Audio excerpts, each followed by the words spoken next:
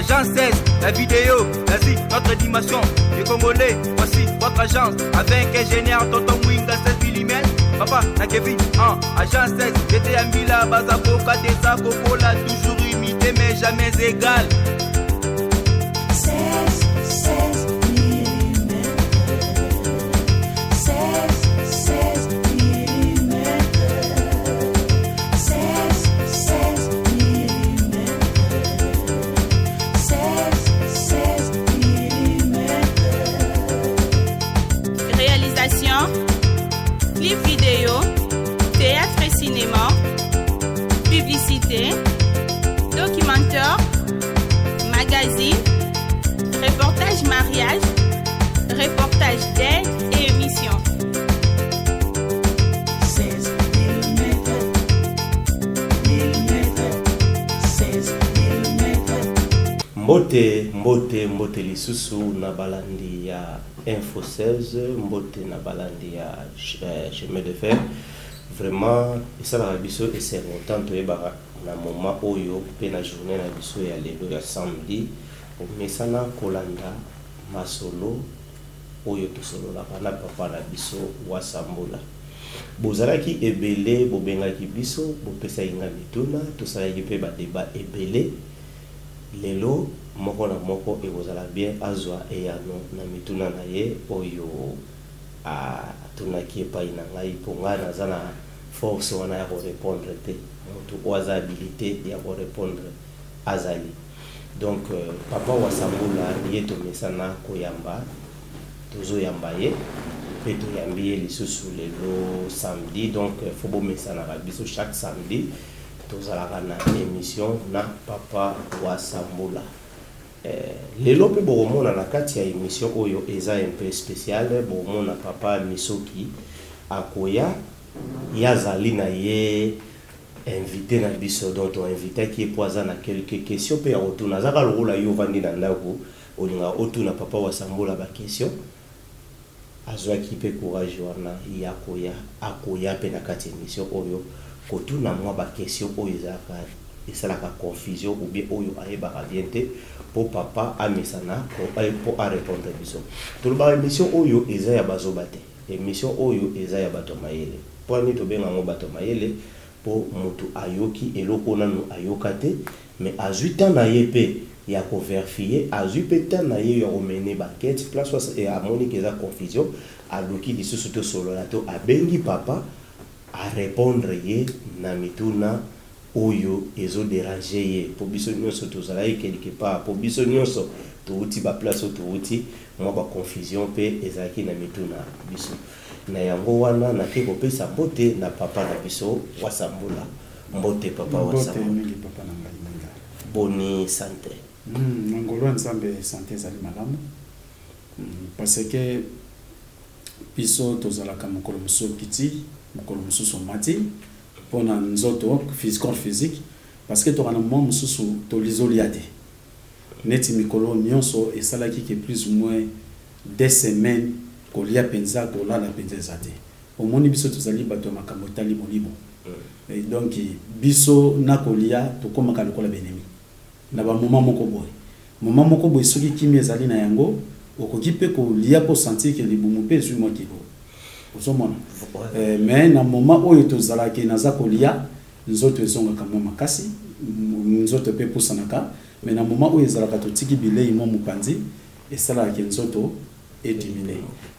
C'est son moni semaine prochaine et semaine passée bolimbisi semaine passée ndenge na bimaki ya ko diminuer makasi parce que koliate kolala te mais donc soki na bimaki liboso ya bato c'est parce que esengleka to mema sango yango to ko bomba mote. Voilà. Sikoyo naningaki poto banana no émission oyo opesaka bato bandeko balanga biso promesse que photo fungola kilongo to kofungola yango quand obiesi efungwa minga nde naza informé te tonde te kilongo ekofunga manango nangolo nzambe po mtolendo ekofunga makaka nzamba ebindenga kosalela kilongo ekofunga ma j'espère que totikali na un mois te je ne crois pas na ebité ndenge nzamba kosunga pour pesa biso pe na date na ebité so bosani mo pesa biso na date oui na pesa ka date na lobaka ke date wana pesa kanga des dates, il fallait faire le 17 août.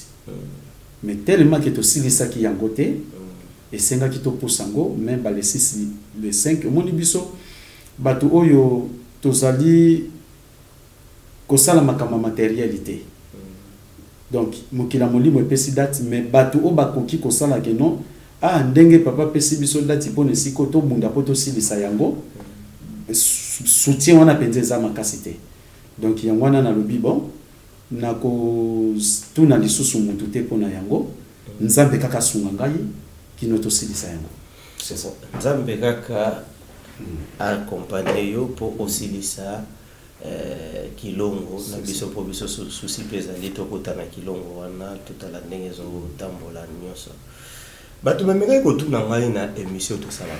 Na émission to sala ki batu ni ngai papa wa Sambula azo ko s'attaquer mingi na Jésus. Mais papa wa Sambula jo moko te asataka na Mahomet. Obanga ba musulman, omonela ba chrétien ou bien ezaka nini. Matondo mingi na pesi na bande konyoso wana batuni mituna pena ba obalanda kabiso mbote parce que sur batuni mutune l'axe balanda kabiso ba se disposaka. Matondo mingi pona bino na bande konyoso alisanga bolingo mbote mingi pena bande konyoso boswa biso banda kala pe bozo biso sika ndenge papa mungo te ko bali boso émission oyo ezali pona baso bate eza pona batamayele moni mutamayele tango ayoki alande émission yé pas une question na ye atuni pas comprendre mais soba asosola kate o baza bevorien et vorien ezali ingirte mais ezali tête non remplie na savoir ton na sagesse ton na connaissance de to bengi bon bevorien batamayele o baso landa biso matondo mais émission na biso zaka découverte action de découvrir ce qui était caché ou inconnu ou aussi ignoré. Donc na bato bazanga ki koyeba to musuba yeba ki me ba pesa mon Congo donc ça kapona pour ramener bango na foi. Alors ce qui bolobi to tarakaka Jésus mais to taraka Mahomet ezali likambo moko ya pasi mingi te pona ba musulman. J'espère que ba musulman ba misuba sala ba débat na ba papa nkusu boyebi bango. Mais ngata on approche ki bango et ça na maïbaloba ki papa toujours respecté yo boye quand même ba na connaissance et les autres pasteurs walbananga bien soit disant ba prophète que papa biso za business na babe nganga papa biso ya business doze na muke ngai baka kokotela ngai tant babe nga papa ba sekelo bandi ko bimisa wana ya ba image za ko tia wana kangona biso to sisi kala mingi te na bani na biso na ba séminaire et sengeli peto sala mbongo pour biso ya business ti kongwe ko bongande to tiki soko continue to ko bomayo to ko lakisa yo mengai na fanda kité bato balandanga na ba YouTube na makambo belé na ba site ba yebeke na fanda kinyete alors et qui ko arriver que ba côté la kangai mais tant ba côté lingai ba buki na cuisine et na magasin ba côté direct na cuisine ba fungoli porte salon ba côté ba zo kaka ordinateur parce que ordinateur ngeza ki na ba biloko belé ba image ba yibaka ordinateur le comme souté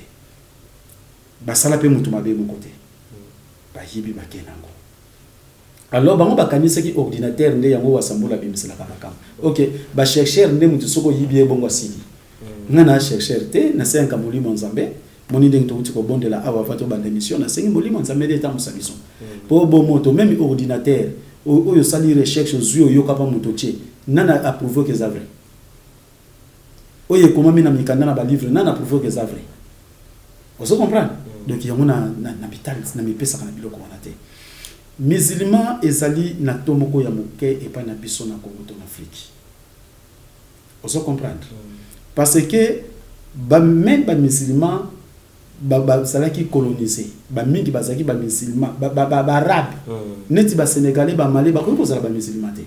Et place biso to ko taquer penza ba musulman neti nazana ba tumso ba malais ba benga kangai soko bengai na bandi ko tal se ki musulman pe naza ko zonga na nzamba bakoko parce que na Mali bakoko na biso ba benga ki nzambe yer koy.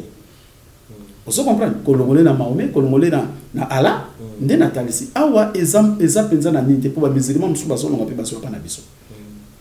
Eza na partité omoni papa soki bangungi batelemi mibale moko atelemi moko atelemi po boma bango balemba la moko za la passe n'était pas comprendre ma c'est pourtant aux beta boye so wana oya kosala nini ozo comprendre moi po beta boye ezate alors siko faut kotala ngungi oyo ezali na mwana na capacité ya kopesa mutu malaria te na ngungi oyo akomi déjà na capacité ko mela makila a pesa mutu malaria alors na kowela na ngobeta ngungi wana oyo batu oyo akoki ko boma batu belé donc na lobi na ndenga masese moko ya basse classe vous comprenez donc Congo ezali focalisé na christianisme vous comprenez parce que tous les Congolais ceux qui basongi na trois chemins ba musulmans baza izana nguyate na ba mission mususu na lobi la pe ba musulmans na yape na ba bilembo vous comprenez na yana bible na ba misusu ba komisa ka Branham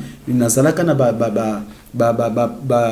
point de presse tout ça là ngo même na ba étudiant pour ne pas preuve banani ba misusu ba to soit ya Branham yo ba to nini ba ya na chaba preuve misusu ba mu bakima pour na zana sekele ya planète ida yebi ba pasteur na yebi misala na bango na yebi makambo na bango sikonga na zalité pour na kobimisa mabe pensa ya mutu na zande uniquement pour na kolongola mutu na religion ou ezali satanique religion satanique ezali christianisme na islam et ça pour na bisoté c'est ça ce qu'on a dit na comportement au monde ba musulman ndenge baza ko boma ba chrétien ndenge baza ko boma alors ceux qui na vidéo mususu na tché ba uta ko tindela ngango kutu papa na biso moko na Allemagne tango na tali vidéo na papa na leli ndenge baso sala ba noir bazo bisa bon que Jésus bino bondima botala misala na ye ko bomma ko sala papa somo vous comprenez mais alors tango biso ba noir to so komisa ala to so komisa Yahweh to Jésus ba koko na biso bazana kanda somo na souffrance na kati na Afrique pe na Congo osomona le quota ba musulman ezali le quoi na 5% et christianisme ezali le quoi na 90%. Alors tout ça takena musika ba se focaliser pour na kobimisa wanguna lobi pour na musulman ezaka ka lokola mukolo to sala monsieur batino ba comprendre voilà sikoyo parole ezana kati ya Bible po tolobango mvuluzi imbango lobaka botanga la Bible mingi po bokanga bango siko parole oyo elobi mon peuple périt par manque de connaissances. Si vous batu o baza péri eza biso batu oyo toboyi Jésus ou bien bango moko nde baza péri parole wana elingi koloba nini aso. Oui, mais ezali bongo même ici ceux qui otali mon péri wana alobaki yango pourquoi toyena nuna mukanda ya nzambela ngai na bosengo tu likambo tu ngai mon peuple périt par manque de connaissances. OK toyena na mukanda de Deutéronome chapitre nango 13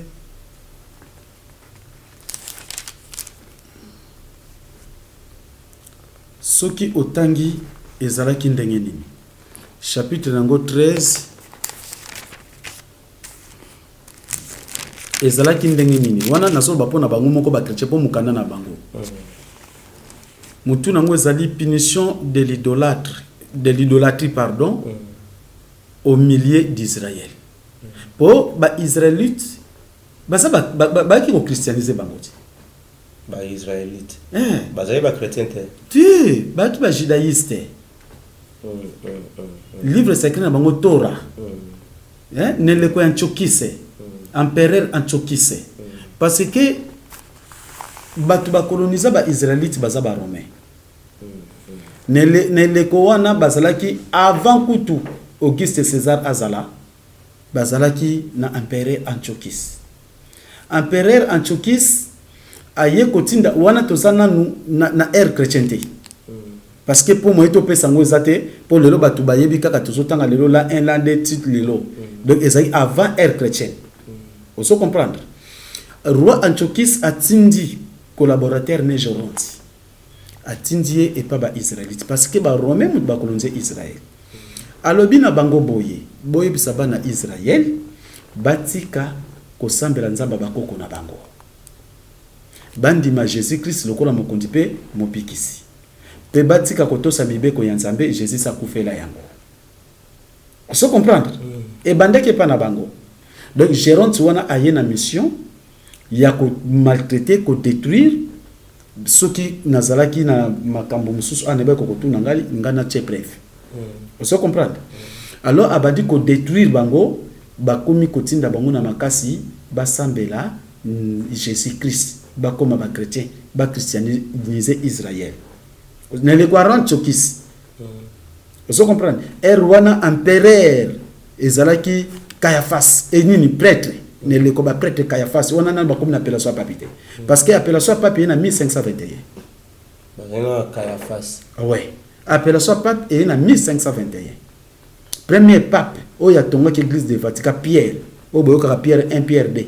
O Yesu mtapese fongo l'église.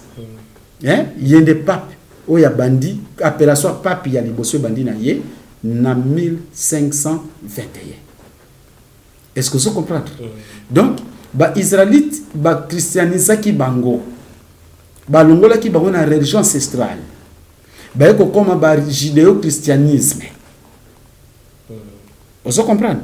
Natina wana yango yaki kosala ndenge wana. Sikoyo oyo lisolo tozali kobeta oyo ezali bamindele oyo bayebaki komisala makambo nyonso mabongisi nyonso pona domination ya planète. Nde bazwi ba histoire pe mususu ya solo ya mboka ya banini bakotisi na kati ya livre. Donc Deutéronome oyo ezali koloba na lingala kozongela mibeko. Le Deutéronome. Ndenge toyokaka soto ke na verbe subjonctif. Subjonctif présent. Donc subjonctif vient des mots doute. Parce que ça comprend. Ndenge sikoto ye na Deutéronome eza kolobela biso kozongela mibeko. Donc mibeko bapesaka awa siko bakomi kolandelango pona kosunga batu bayeba ndenge ezaleli yango babengi Deutéronome. Ezalaki livre écrit par Moïse. Vous comprenez? Alors, punition de l'idolâtrie au milieu d'Israël. Wana yawa solo bana bango. Tozana Deutéronome chapitre 13, toena 7. D'entre les dieux des peuples qui vous entourent près de toi ou loin de toi, d'une extrémité de la terre à l'autre, tu n'y consentiras pas et tu ne l'écouteras pas, tu ne jetteras pas sur lui un regard de pitié, tu ne l'épargneras pas et tu ne le couvriras pas, mais tu le feras mourir. Ce qui mutu mususu na Israël aye kote ya bino bosambela nzambe ya bapaya oyo bakoko na bino bayeba kite ata moto wana sali ba miracle bondi bela ete koyokele pe mawate ko bomba ete esengeli bomba mai pa ko bungisa bino nzela nzamba bakoko na bino po boza wana ko bosambela kaka ngai ya nzambe na bino. O comprendre? Selo maloba yango sikoyo tangu batu baye ko bunga nde yango azoyebisa bango ke mon peuple périt faute de connaissances pour baboyinga baki ko sambela banzamba babaya. Vous comprenez? Wana ye na batu na ye donc eza pona biso banwarte donc na sali bongo pona klexir. Alors ce qui toye na mokanda ya Miché na mokanda ya Miché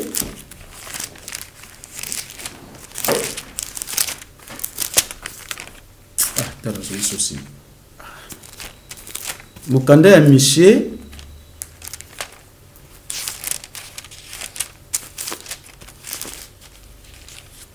chapitre nango 4 verset 5.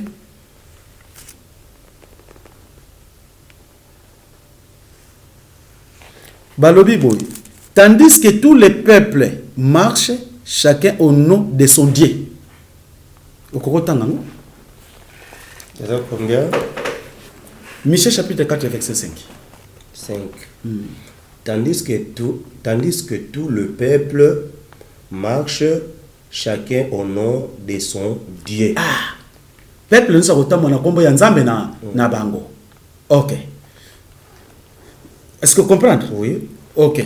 Sikoyo tangu ya moni bana Israël bakomi kotambola na kokumisa banzambe mususu nde bayebise que mon peuple périt faute de connaissance.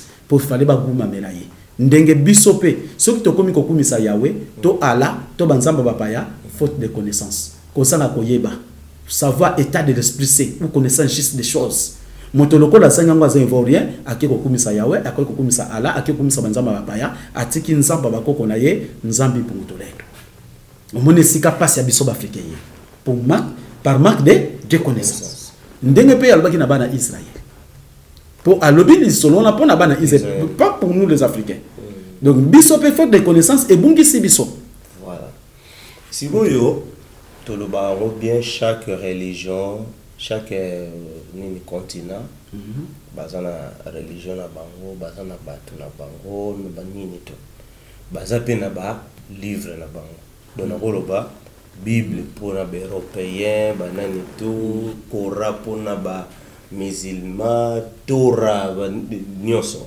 Parce que biso bana ya nzambi mpungutulendo pour tous la connaissance livre na biso eza o wapi. Oui. Soko tali basiatique livre sacré na bango ezali Sanzara ou Veda. O tali barabi bazali na livre sacré na bango Coran.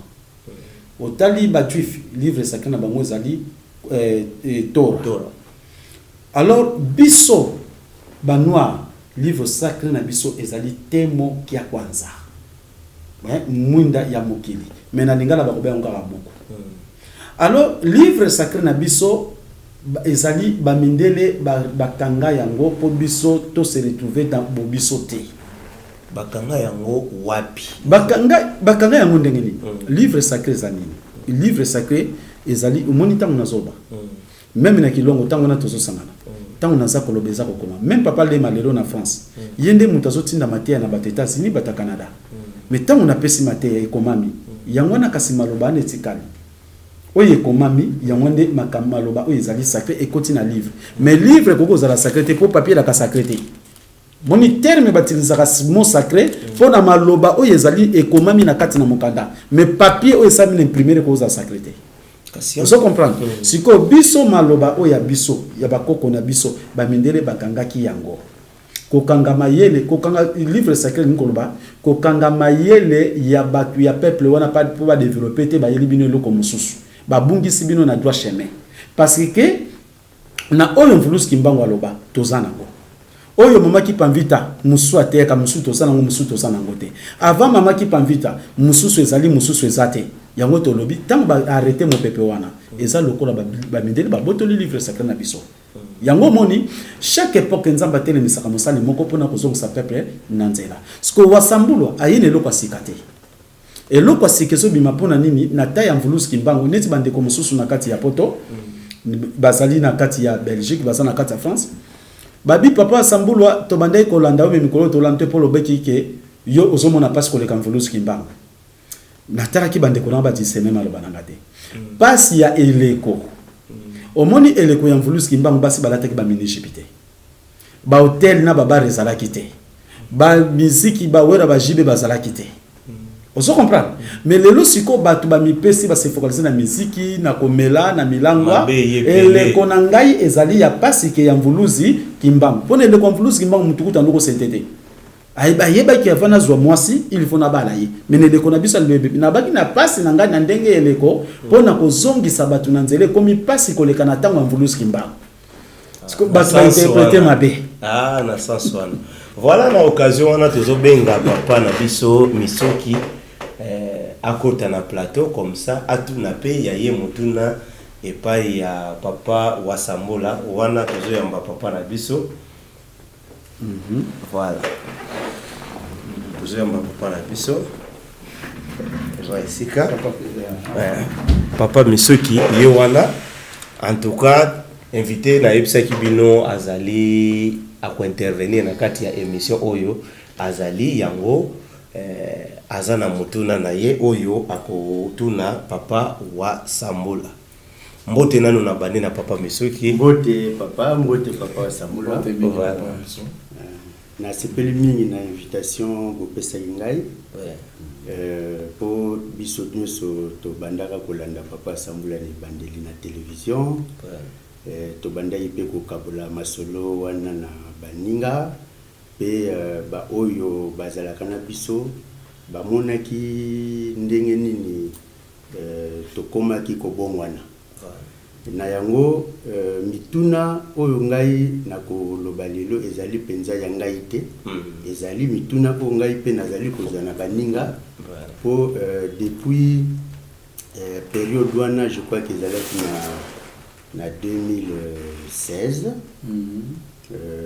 oyo nyonso bayebi nga bayebi ke nazalaka mpe bipai oyo biso nyonso tozalaki mais bayebi ke natika banzela wana yango batunaka ngai mutuna mpenza ya makasi oyo ngai nakoki kotuna papa Sambula ezali mutuna moko plus pratique parce que omoni ndenge ye moko aloba mokolo mosusu mutu oyo abotami na christianisme ayebi Jésus akoli na yango ti na âge moko très avancé apesaka nayebi lisusu soki na bungi te similitude donc lokola exemple lokola mutu pe oyo abotami na bomwana bayebi se papa na yo yeyo bongo na kimukolo aya koyoka ke wana azalaka papa na yo te akoki koza trouble alors sikoyo bato nyonso oyo bayebi ngai ndenge tozalaka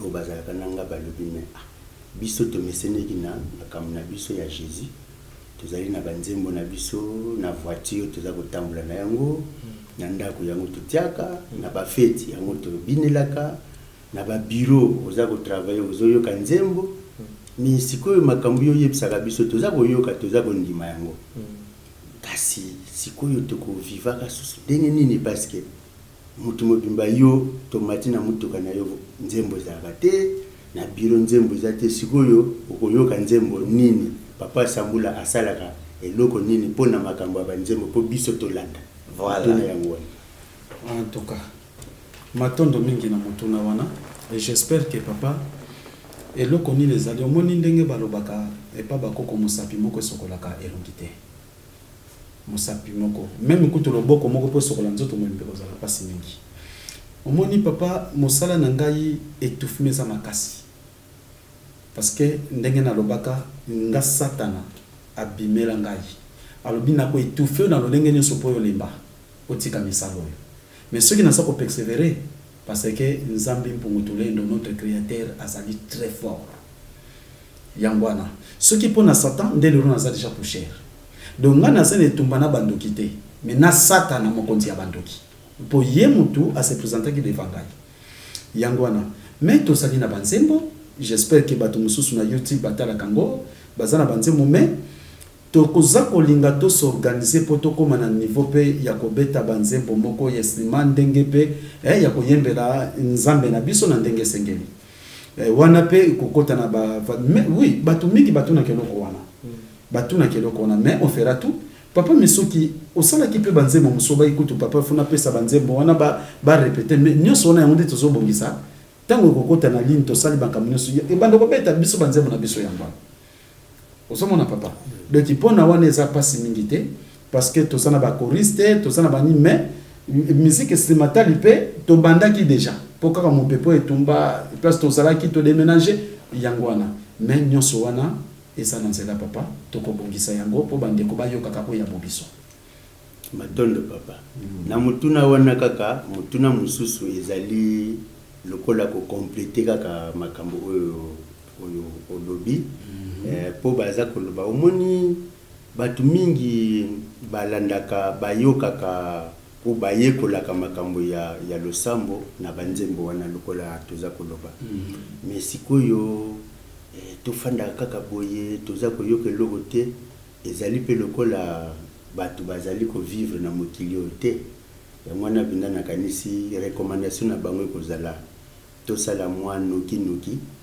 po to tiape na batu babanda koyoka yango pe balandaka peut-être bakojuger po à partir maloba ya nzembo po ezali mateya oyo wana eza kitoko mingi koleka tosala vraiment makasi po tokoka kotia na biblique banzembo oyo ya biso po en tout cas bayekola yango donc recommandation pinda oyo ewuti pe na question wana nde yango nalingaki na kapolana en tout cas matondo mingi papa na ngai nazwi esengo mpe ezali question moko ya kopesa biso makasi mpo oyo tozalaki nango te tobakisa mpo esunga bandeko mpe mosusu bakwa kose retrouve na banzembo na bango. Mais ndeko na biso papa misoki apesaki question wana alobi ke neti toza na mokili oyo te. Mais oui, toko vivre mutu na biso kala toyebi ke mutu so akomi osamba mabe nasu mutu mokili oyo te. Parce que monde eza diabolique, eza diable. Esquisse na koko telema moke soki tolobi monde ndenge tobandi boye monde. Mais monde ndenge eza boye ezali démoniaque. Tant balbaka mokili eza kokufa mokili kokufa mais mokili te mte kokufa. Système ndenge mte kokufa. Monde la sali biso je tant to benga monde to benga démon. Asali biso moi j'aime ko moke siko soki na mina banda na be. Na yeko landa siko ko etikali na sima. Est-ce que vous comprenez? Monde to zuka dete ko tchali boso moko na sima démon. Donc tant to za ko tambola na mokili esengeli olanda ba désir nyonso. Mais ko landa ba désir nyonso yamunde okanga oti yamunde mutambo ba désir o ezana kata mokili. Vous comprenez? Il faut qu'on vive le rôle de la mokili o zala malamu. Ce qui si ko zo vivre selon mokili oyo yango so sala ki biso to ko na masumu papa. Même nzembo bato bazoko luka banzembo mingi nzembo zo pesa ba sentiment na matoi. Mais yawe ya siko ozoka komba yawe mwana koli na yawe yango ne ko détruire. Osomona? Oui, bien sûr papa wana pas ma il a pesa. Est-ce qu'ils appellent ça mutuna parce que monika kana kati na nzembo oyo mutako ko découvrir comment nzambo bakoko ne na nzembo. Voilà. Message mosusu pe ko yana kati. Akoyeba bakoko na ye na nzembo. Pourtant azongo bakomba koko ngunani. Neti nga mukolo mosusu nazoleka na ngai musika papa. Nayoka kaka newa sambolwa siama kwa kwe siama ko mutu ayibinga ndenge na kopa. Donc nzembo wana tango bakolise baimba ngo na télévision émission ndefezala bango balandaka émission musika kotanjini. Donc yepa bandi koyemba siko batu musu tango koluka batu nene wasambola nani ana landaka yeboyeboye yate yakabo e ko songa pe muta comprendre. On se comprend ngai. Donc wana ya solo papa faut tout ça là tout mais yango na bai pe musa moko sur la longité. Ngana zongo simu kumba papa wa misoki pona makambo koyemba wana. Voilà. Bandeko tozo continuer na kati ya émission na biso papa Mutsoki soki mutuna mosusu ezali otuni comme ça to évoluer. Bon mutuna mosusu ezali kaka ngai na se focaliser lelo kaka na kama banzembo po elobi papa Sambula ngai moko ba inspiration ya banzembo eyela ki ngai pe eyela ka ngai pe moko mosusu na lobi na bango bon écoutez na question bozali koloba wana bozali ko poser ya banzembo kilongo et papa Sambula banzembo ezali belé kasi ngai moko pe na sina yemba pe banzembo mosusu et na yembelaka bango nzembo moko e captivaki bango kasi na nzembo wana na lobaki juste phrase na lobaki ya nzambe ya bayindo et pesaki bango mwa pasi na mutu na motema ngai moko nazalaki na ya nombe na ya malonga ya ko pesa bango te batuni ngai sikoyo biso toyebi ke nzambe azalaka moko siko na nzembo na yo olobi nzambe ya bayindo batuna ngai la kisaki ni nazanga ki matuka maloba ya koloba penda ya ko expliquer clairement lokola ye moko papa wa Sambula siko papa wa Sambula nzambe ya bayindo do différence on a bato bazo occasion ko nzambe ya bayindo azali na nzambe ya mindele azali donc c'est que j'espère que matondo bingi papa misoki papa misoka mikoma kina nute to ute ko tanga épître moko même na bible na mo biso to bata bible te mais lokola bata bible ba se focaliser na bible total sabon que bible pe ezoko déclarer makambo wana koloba to ko tanga na mokanda ya Michée na mokanda ya Michée chapitre 4 verset nango 5 ce qui te bosanité verset 5 chapitre 4 verset 5 papa ozo déranger biso makasi faut kanga téléphone pendant une émission tina niveau na o papa et toza na Michée chapitre 4 verset 5 balobi bango moko na bible on balobi boye tolanda malam, tandis que tous les peuples marchent chacun au nom de son Dieu. Tous les peuples. Hein? Donc, peuple na peuple. Biso tozali ba noir, to na continent na biso Afrique. Tozali na baras, to lo babarasi boni mini. Tozana jaune, to na blanche, tozana rouge, to na noir. Siko chaque race, même physiquement na ko vivre boye. Osomona teke ba comportement ça différent. Ba noir ba se comportement, même barak ba sambela ka différent. Même ba européen ba sambela ka différent, même ba asiatique ba sambela ka différent parce que baza ko landa lolenge ya nsambe na bango. Ba musulman pona bango pona ko boma mutu, ko poisonner mutu, ça na normal. Ba anda bizali ya nsambe na bango.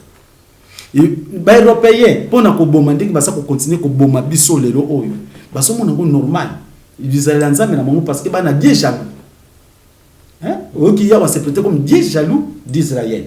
Baza na bizali wana. Pe yemoko yawo tango atindi bana Israël a se présenter comme inani, a se présenter Dieu de l'univers. Non.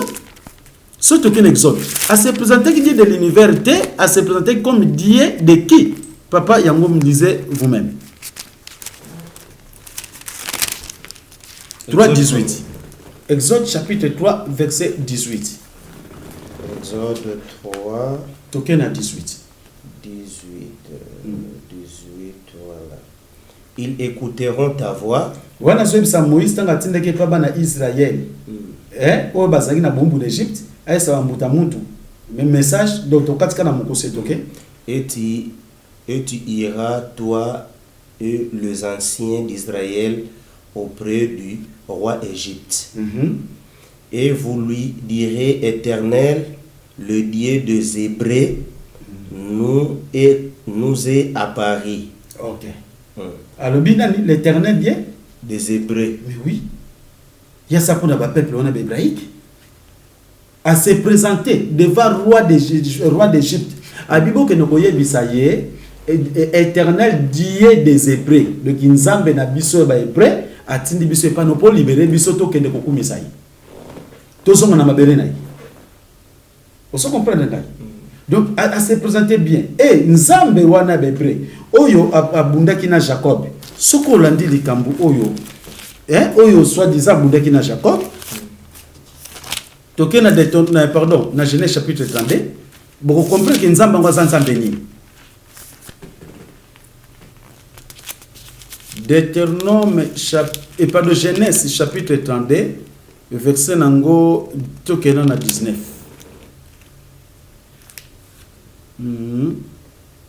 Et pardon, token à 31, 19.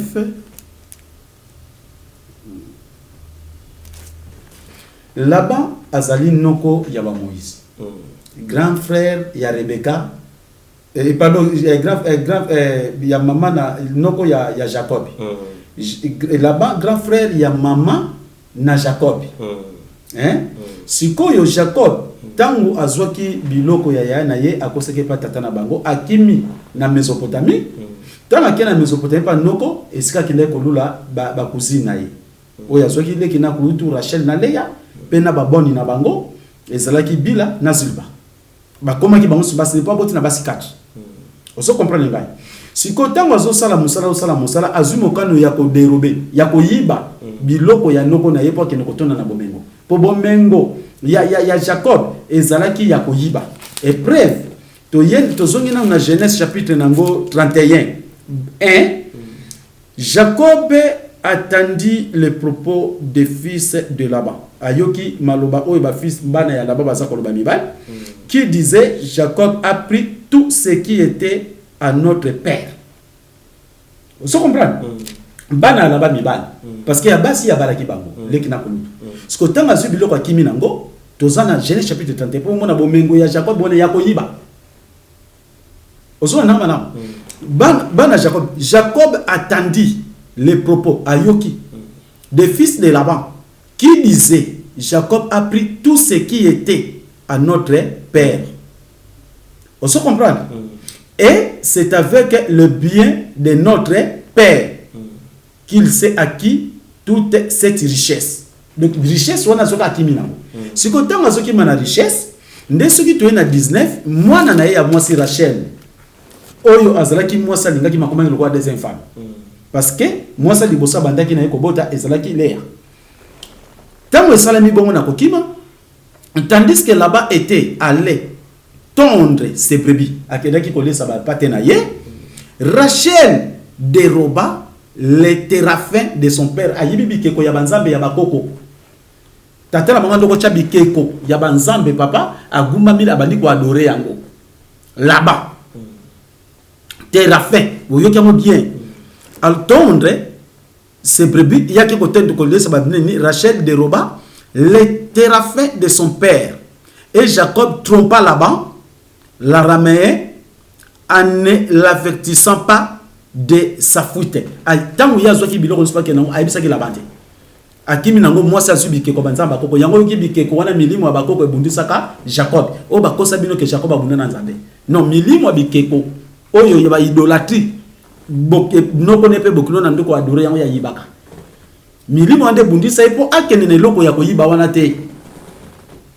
On comprend? Banzamba bikeko o bango baguma melaki. Et preuve na kati nzamba bikeko Jésus ba yeli biso to tanga ngo déjà metozoko bandela na Jérémie chapitre nango 10 verset nango 3 ce qui tokeyi wana okomona omonite to tanga Bible pour na ko découvrir batuke Bible yeta elakisi nango sekele ozomona mondele loko niso salaka e bibisaka sekele nango to bandi na Jérémie chapitre 10 verset 3 pour nous comprendre que basalaka bikeko. Car les coutumes des peuples ne sont que vanité. On coupe le bois dans la forêt, la main de l'ouvrier le travaille avec la hache.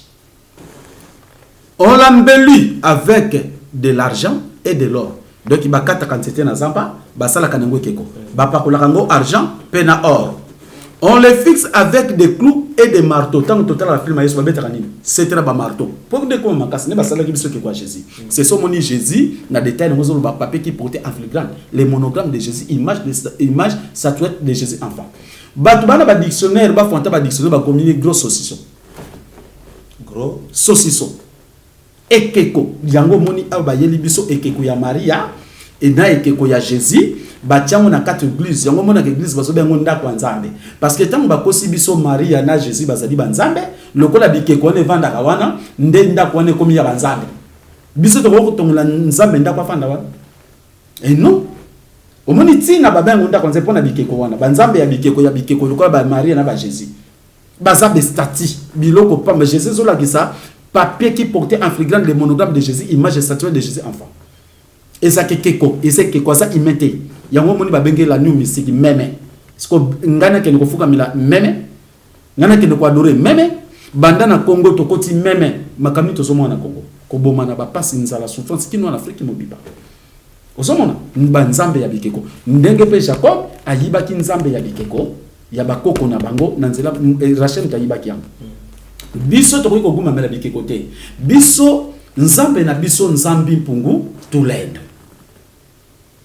Banda bakoko na biso avant mondele asalama malheureusement papa falto chaka pe ba image mais bange balbike bawuti na Afrique bato mwindu bakei kuna nde basali ke mondele babota ba déclarer ngo bange biso mtobota maliboso biso ba noir l'Afrique et le berceau de l'humanité ba kombo ya nzambe e wuti pa mondele po biso be ngo nzambe e wuti na mondele to bakoko na biso sko mondele tangwa yeli biso sango ya ba die biso to yebi yete sko die wana asopesa batuna ye mayele nini tara mayelo ewute pana ozomona lelo mayelo ewute pana toke na 4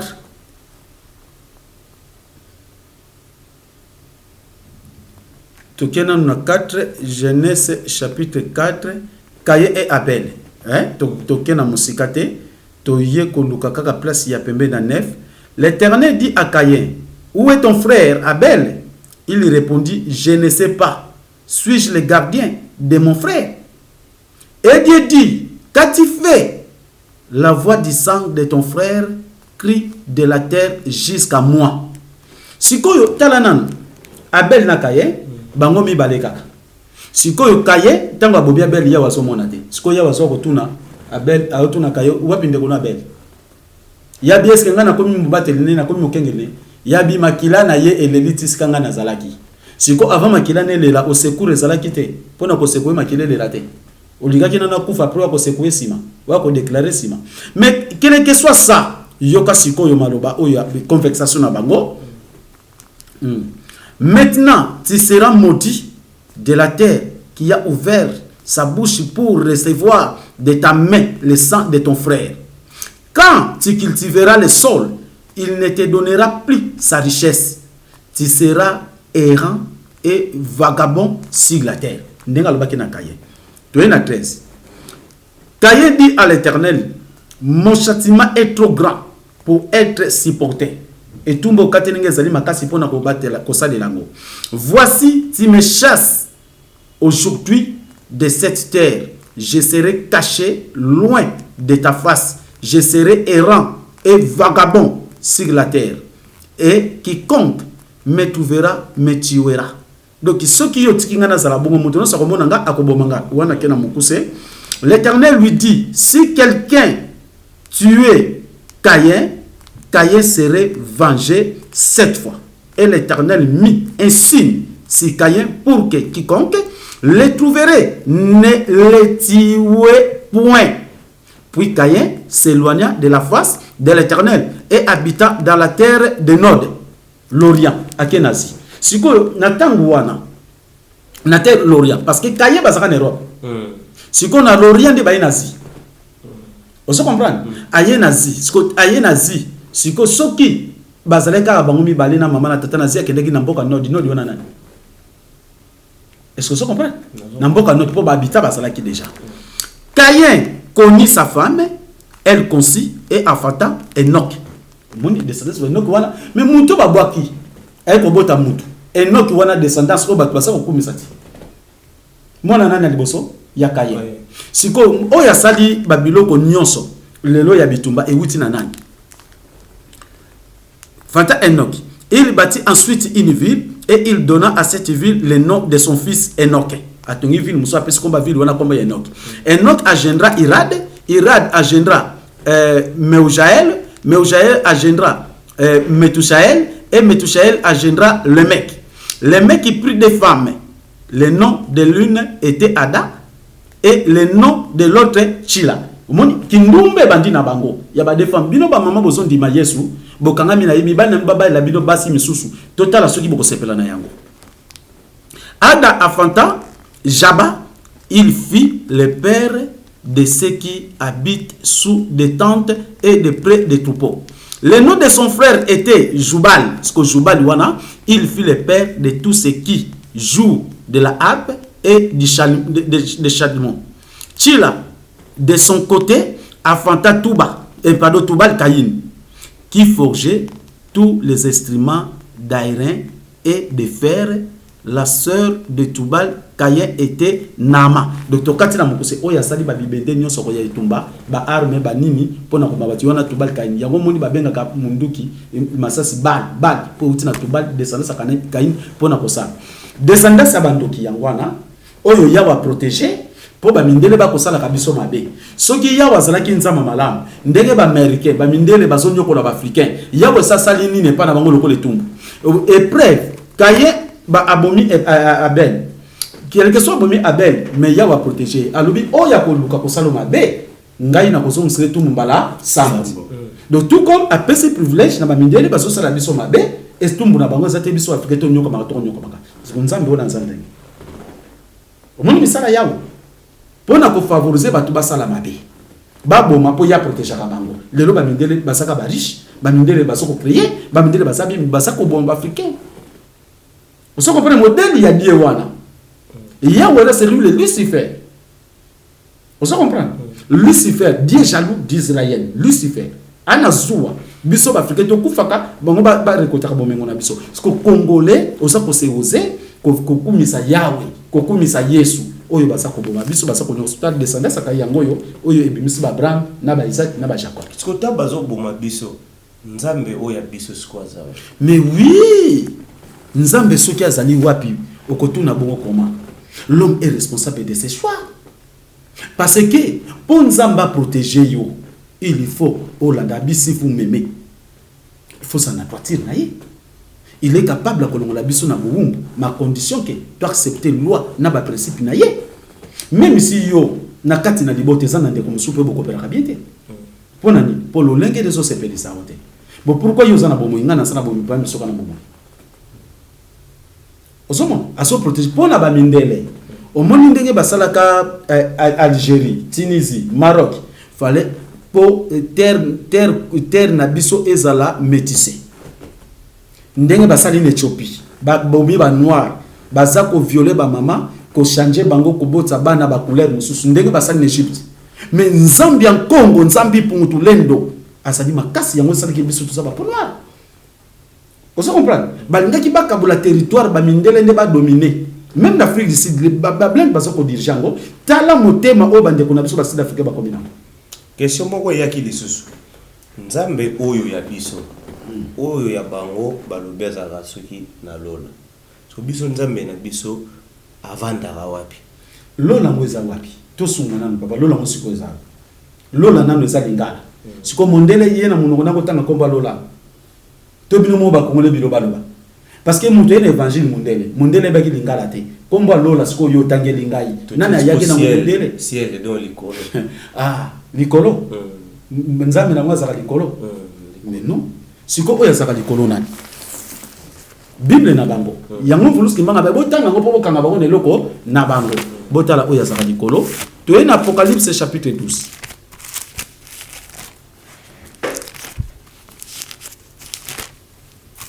Oya saka na likolo yo moko tanga. Banda na 7. Apocalypse 12 qui est na 7. 7. Yoka na likolo kuna nani? Et il y eut guerre dans le ciel.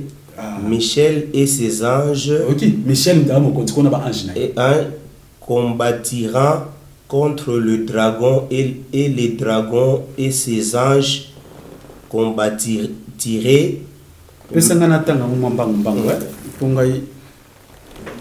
Est-il y guerre dans le ciel? Michel et ses anges combattirent contre les dragons et les dragons et ses anges combattirent. Donc Michel n'a pas ange naïe.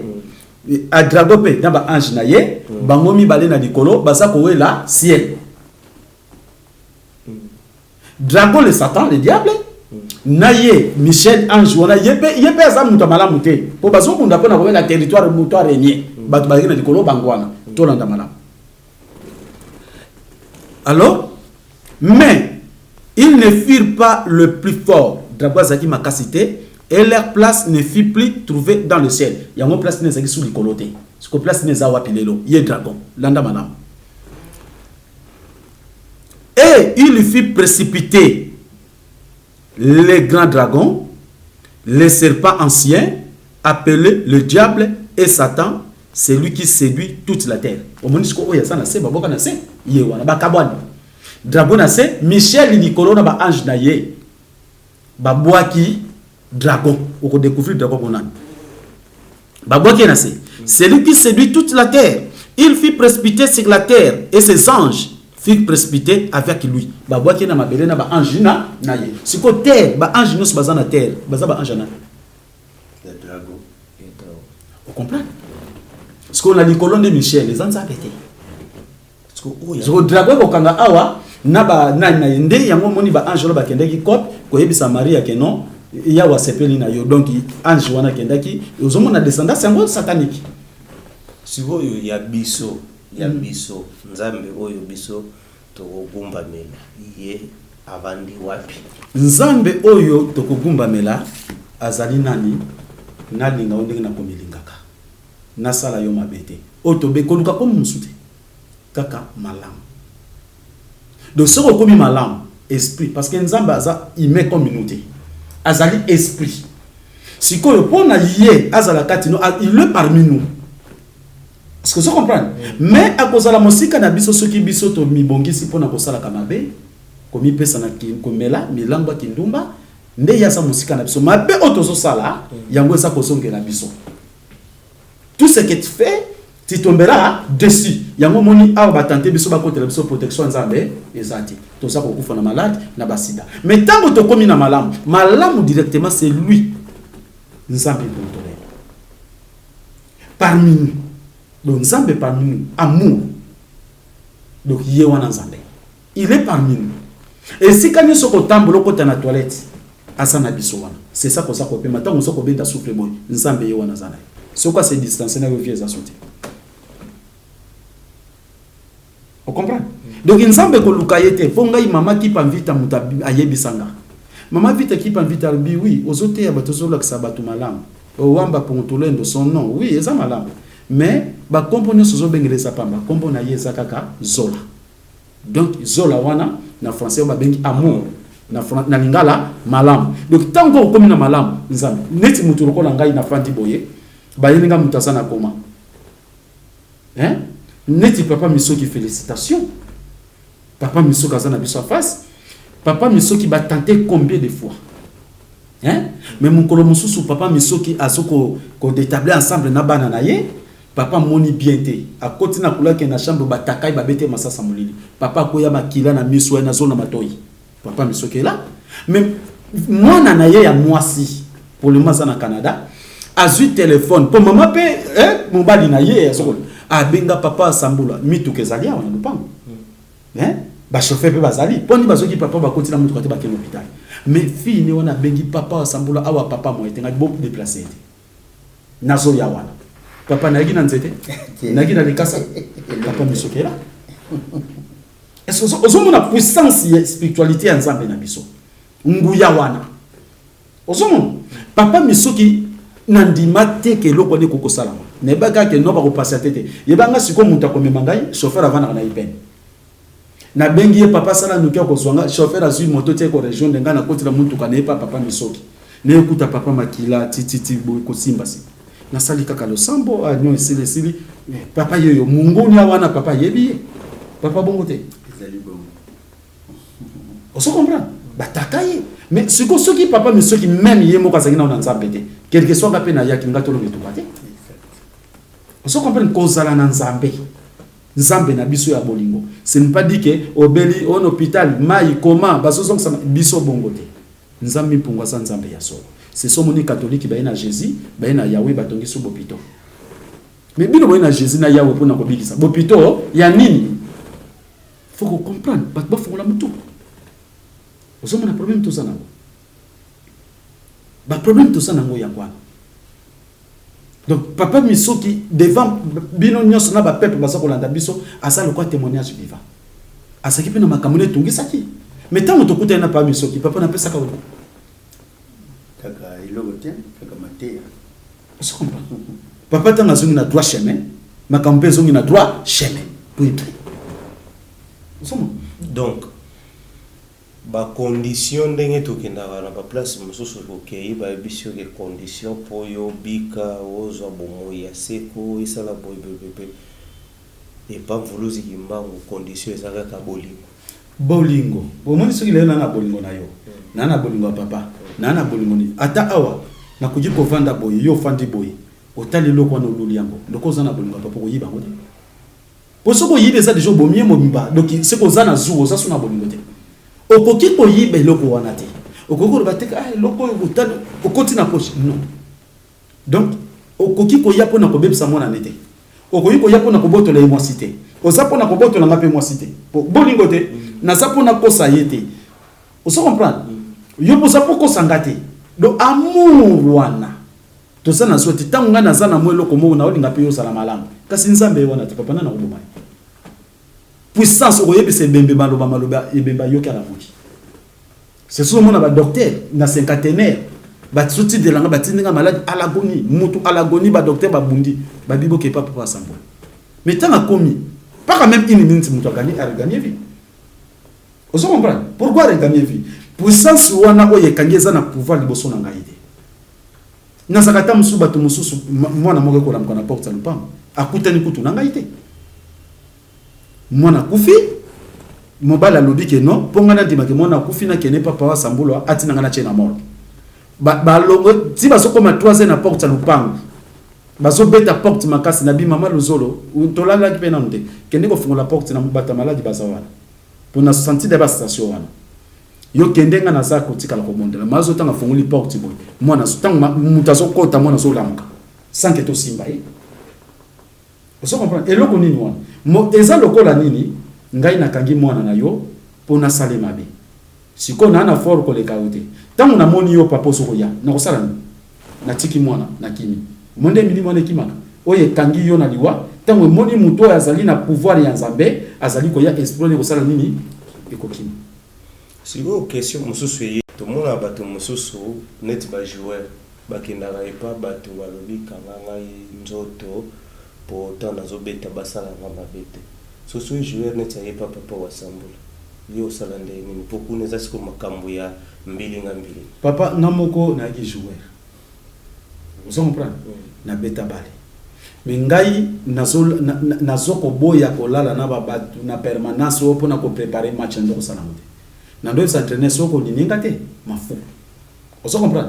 Mais ko sentir pena que ba supporter tant to soko ndoko beta match R1 to sana ba équipe ya deuxième division, première division titre que sonographe. Ba o mo na pena que bato be ko to na lupango ne mo ka entraîneur a ko ligne au tendenge. Pona ki bon joueur. Vous comprenez? Papa n'a tikala ko simba kisite. Si j'ai mal le père tout puissant va me punir. Na tikala ko simba kisite na vie na ngai. Pona bali, mais nazala ki bon joueur. Protection ya bon moto ezali donc ceux qui musala wana nzamba lingi yo pona yango. Au forcété, ozo tambola na discipline ya Nzambe. Tentation ko yate. Pon avant mutakisa ko kayo fo vous en na moi kisi. Hein papa? Pokisi ema ekokanka kisike bende ezali toto ezali. Esika to lete emata to tambose ngokanga te. Kisi ezwaka mobele mutu po azana mwa kisa moke to zana kindoki te me ozoko tambola na bibe kwa Nzambe te. Ndesika kisi koreni. donc lo damba ndoki batantaka bato na kati nango fo a retrouver par na yepo akokayo. Oui. Eza na voix oyo ya kolekela po akokayo. Neti nongo zana nga pona lokayo soki na zandoki. Na kolingana na sala likamwe ko beto libako ko mana kanda. Obanda ko zoba décision. Ali esali concordance na mabongisi na ngai. Nde na longi yo. Ozo comprendre? Mais soki nga na ko isami na ngai te, otanto so seka na yo so seka ndoka ko mizo bakei. Papa ngai na kanga bandoki boye. Ngai. Nazala pa bokilo na ngai, na vanda boye, c'était vers 18h. Na kotika ndaku na mona esprit etelemenga babi kende pa bokilo no mbango sonete bakokundai. Na te epsi mama lozolo to so kende pa na bino. Danger za kuna. O danger nini ngana bi bonga matokende. Ba 19h po elinga 18h to bonga bi 19h to bandiko kenda biso papa. Tango to komi lokwa to koma kote na bango, batumi bale bavandi ba chinzungu mona katikati. Mwasi koto mobali koto. Ba tante biso ko sokto leka ke place wana bazwingai. Na telemi na bi maluzolo tele. Nabi bosali boye pona nini? Bolongo la biloko na bino botandeli nga na nzela. Nazolo bana banani mbala moko balongo liango ba se disparaître. Mazo ozo bana nani ngabi yaka simana nga danger zali. To komi na lupango mopo to koma na lupango na bango na nzeta mbila. Tango balongo aki komela mana. Nga na bina zo mona yo. Ozana ngoya ko sala eloko te. Mais yo so continue ko yeba. Nzoka oya zo sala bongo kuze moko ya ba mama Luzolo azalaki pa na bango batinda ki émission. Aki pona ko détruire. Ngapi yango batinanga kene mbango po mabeko sana kuna. Tangu na komi na lupango wana na vandi titi na bani ko support ba yiki sona kele pona na losamba sol sarangate. Na vandi par na ngamoko. Ba 0R na bandi losambo na kati ndako wana na ebokilo to na salon to sa losambo. Si komi na mamoko boye bango balali. On senti faiblesse moka pongeye. Mais ngai nazaki toujours fort. Balali basi bakoti na ba chambre biso na sanuka ngana bokilo.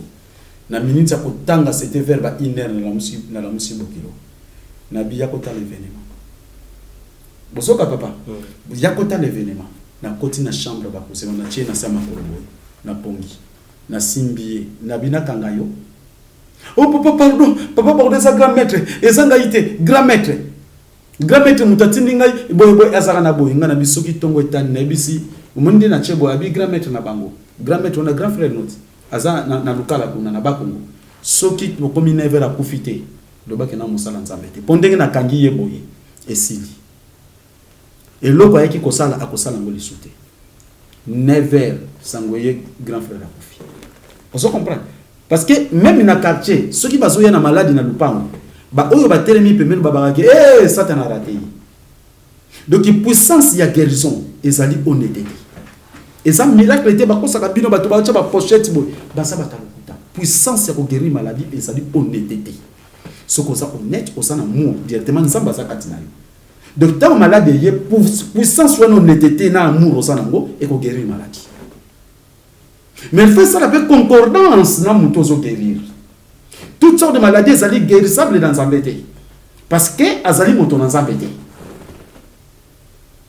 n'était pas comprendre neti na kati ya lisanga bolingo et papa na biso de Brazzaville et papa nzuzi félicitations mbote mingi na ye biso ke nazaka papa wa sambulo na saki mbangu te nazongeli lisusu pour Rolanda ngai papa na zaki na hôpital mais na butu ti abi amoninga na kimbangu ere moko na komi kimbangu ere moko na zonginga na yebisi eke o lelo zobima awa na tombe ba docteur ba yeo yo zobima awa abi o papa ko saka biso yo ka kimbangu mais non je suis wa sambulo ezali bosembo na sana ngo vulus kimbangu nanga to kotambola elongo pe ye mutu moko te batebele osomo na papa sekele donc siko ba passer na kati ba yim tete akabatu nzapa bakoko za bondoki ndeni mutonga saka na bolingo nini mutonga saka kamana siko bolingo na sula kango wapi ole ba disene ke bonzambe na biso za bondoki te yango de bolingo tellement que le chrétien baso ko finga nzambe na biso ndoki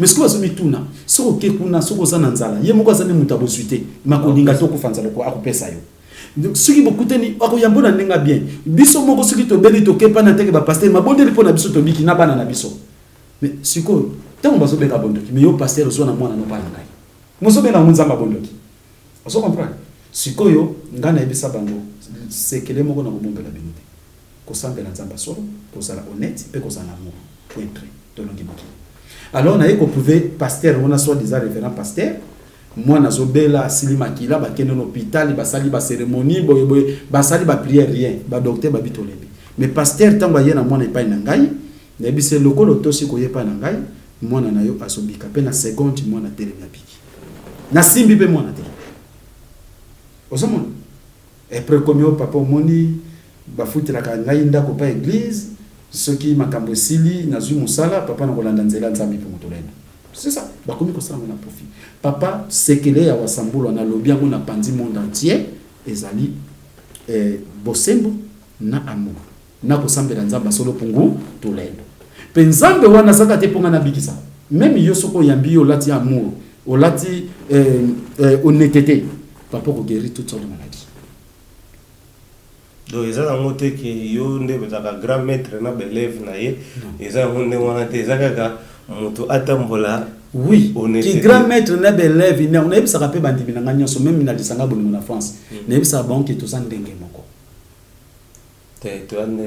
to sa ndenge moko eza ko se discipliner hein papa boyete papa misoki baye koyeba ngai pas quand même 2 mois nanu papa tango baye kilongo koti na mois de cadence nanu bakoti kilongo te mais neta oyo papa misoka komaki nango mama na bana ba membi na hôpital te parce tala capacité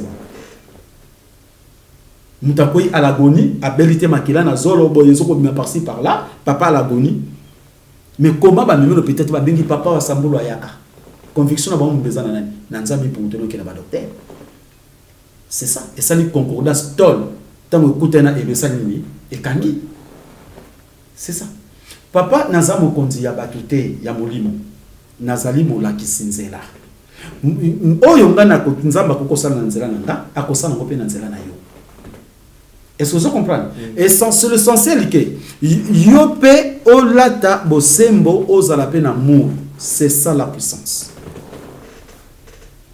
vous comprenez puissance est en honnêteté cesser de mal faire apprenez que de faire que du bien alors puissance yangwana papa et kozala na amour ngai papa nazana ka pauvre mais elamba na kabakango sapatu na kabakango oso comprendre et na kabakango elamba ndeko muswa binanga papa sa mona bala mais ndeko nanga na poto na senake bilamba apesi ngatenga na lubi tala nanu oyo na latango na mote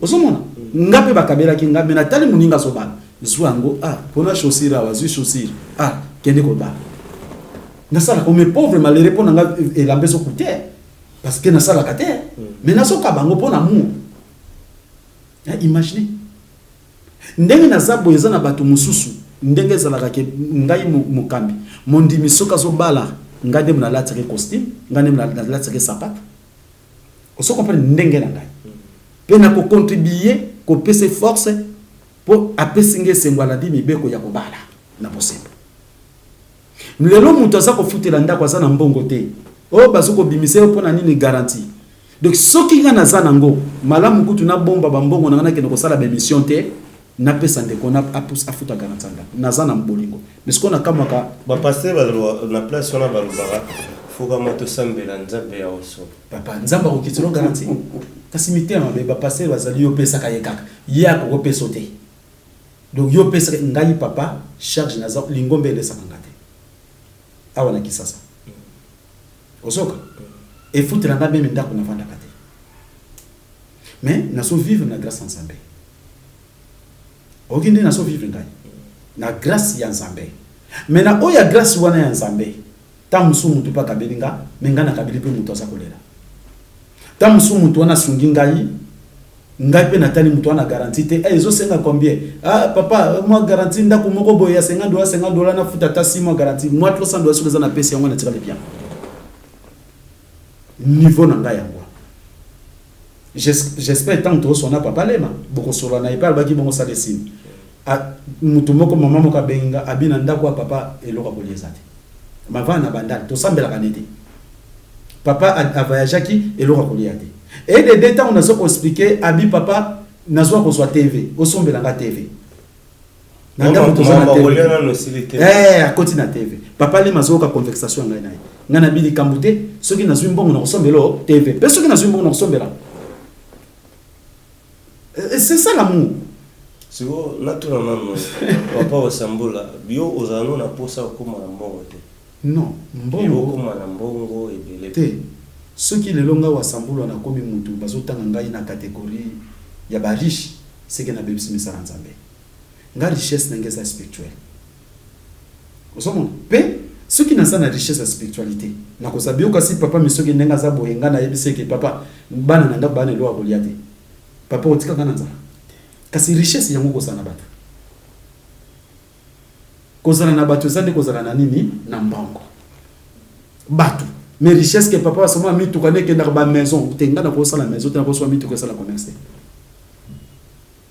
donc ngai fona za la focaliser na makambo ta spiritualité pona sunga bo moina yo pour ceux qui na koti na ba faire na babeta ba calculer ba faire bongo mukoloni ninga na kozwa nzela ko yeba ko sunga yo na molimo donc ngai influence ki mbanga baki ko teka te ko sala te parce que mutazo teka tazo sala te ko tanga riche voilà wana bande ko bazolanda biso bazolanda ba continuer ko comprendre toujours kende malembe na suka ya lisolo na biso papa wasambula question moko yaki tango nzolo bake Jésus ye wana démon mais est-ce que démon ko yiko bengana muninga ne démon parce que tout monde na kati ya ba délivrance bazo sa démon ke to bengani na kombo na Yesu ba démon babimi démon ko yiko bengana muninga ne démon oui démon akoko bengana muninga ne démon te topé démon ko bengana muninga ne démon totala combien dingweti et dingwa so mundana kache ba ona bango batakisme moko gani totala bango alors oyo bango basalaka au nom de Jésus ba bango exorcisme na détail ngo sali pratique religieuse de jeu contre les démons la danga mala musika alors biloko nezo salama ke mutu azozala délivrer na kombo na Jésus ba bengani démon papa eza ne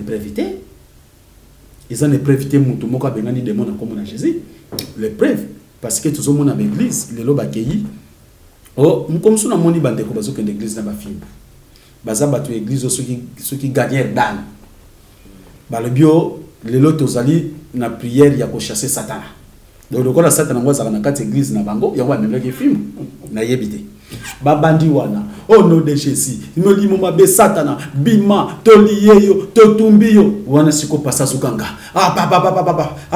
abandi kosika yeyo satana koyi nangu ya Yesu moto satana ziki bangone sona babisu tango basisi prier ba lembi bakoyi na base misu baso ba mai po baziki satana likamba ko kam ngana bigi satana mokila salini asili mais lobi ntango bakoti na prière na bango na ntongo babandi na nzembo Yesu azali awa Yesu azali ntango babandi prière pasteur bambo au nom de Jésus Satan minima wabe toliye yo oh bongo lobi ntango botumbaki ya sili bato balembi kutu akufaki na yete Satan na muso azongi oso comprendre wana ezali ba sinonga poko inutile baso beta nko ba sentiment baso ba baso salate soki ba démon ba chasaka kimbangi selelo basa ba chrétien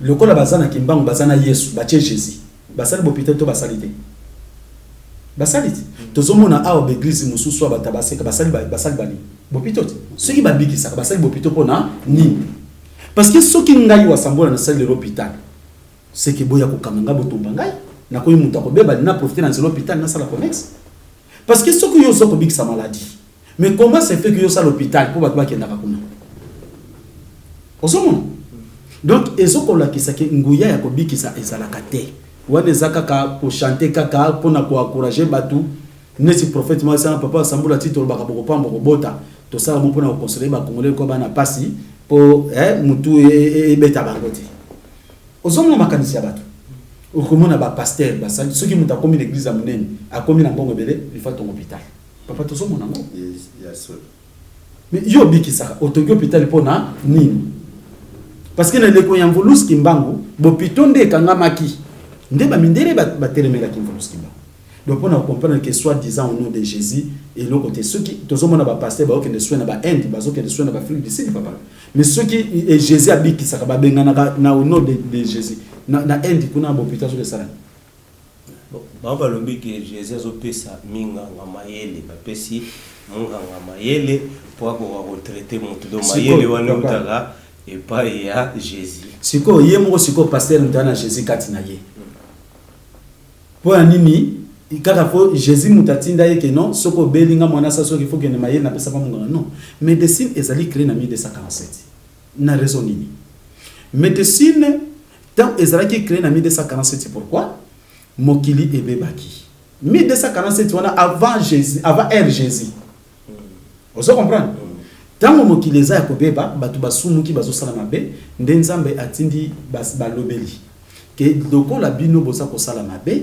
na mabe na bino ekomemela bino maladi oyo ekomema bino na liwa siko satana lokola ye mokonzi ya mabe pona kofaze batu masala mabe ye patindi ya basala na kosekwe bino na ba maladi wana ekobima bino te nde aye kosala idéologie c'est ça monde qui na formation comme on a serpent c'est pas ça symbole ni Satan. Même ba docteur ba yaka pana ngai ba bisangi papa biso to tatunaka ce qui peut médecine yem taper sa mayele bon na ba hôpital na ba mama yem na ba hôpital ki ta ba morgue za ponani parce que yeso apesa ba docteur mayele pour ba traiter ba bika toujours dans la Bible Moïse c'est ça na di kambuana na tunyo question te yo lobi yeso mutapesa ba docteur mayele yango na bisiko ba docteur bazwa mayele ya Yesu pona ko bikisa bato komana ba mama yelo bo hôpital ba tia ba morgue bato bazokufa pone aussi ke bakute na docteur azana mayela ko bikisa basala ba cimetière pour ni pour ba docteur bazala pona ko bikisa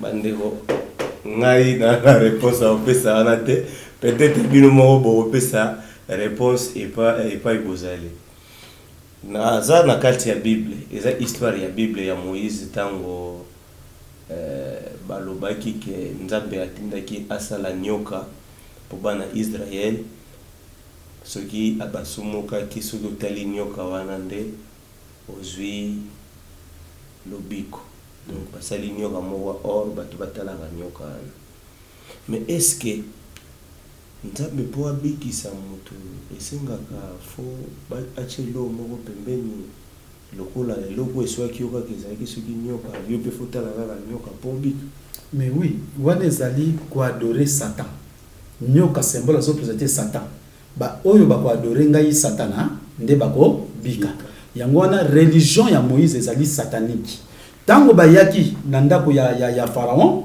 elembo liboso kotala ba pharaon bakotaki pe na nzela ba grigri ya bakisi sikoyo nzete bapesaki yeso bongo manini serpent emelaki ba serpent nani ya pharaon siko serpent wana eza ko présenter bisoni Satan bon nzambe wana ya Satana oyo Moïse ayaki na yango parce que bapesa ki serpent so présenter moko diable azali na pouvoir ya Satan na kati na ye.